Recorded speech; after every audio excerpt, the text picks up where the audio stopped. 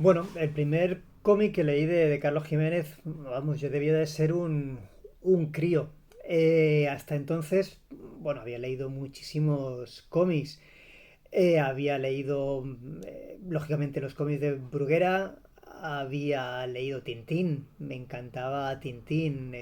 Aventuras por todos los lugares del mundo, sitios exóticos, carreras, siempre en peligro. Había leído también los superhéroes. Me encantaban los Cuatro Fantásticos, que siempre estaban salvando en Nueva York y salvando el planeta entero ante supervillanos, con historias de ciencia ficción.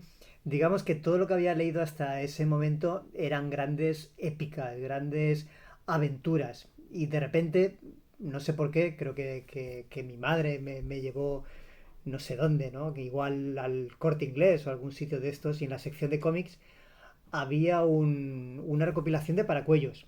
Y aquello cambió, vamos, mi forma de ver los cómics, ¿no? Como decía, todo lo que había visto hasta entonces eran grandes épicas, ¿no? Grandes aventuras. Y sin embargo, ahí estaban, ¿no? Las historias de unos niños en un orfanato, ¿no? Y me di cuenta que los cómics también podían tratar de esas pequeñas cosas que no dejaban de ser tan épicas como las otras, ¿no? Y la verdad es que a partir de ahí ya fui un lector incondicional de Carlos Jiménez y empecé a leer todo lo que había, ¿no? Y la verdad es que nada defrauda. Me parece que es el gran autor español, ¿no? El que hizo evolucionar el cómic, y a veces nos quedamos únicamente en plantearnos las cosas desde la visión española.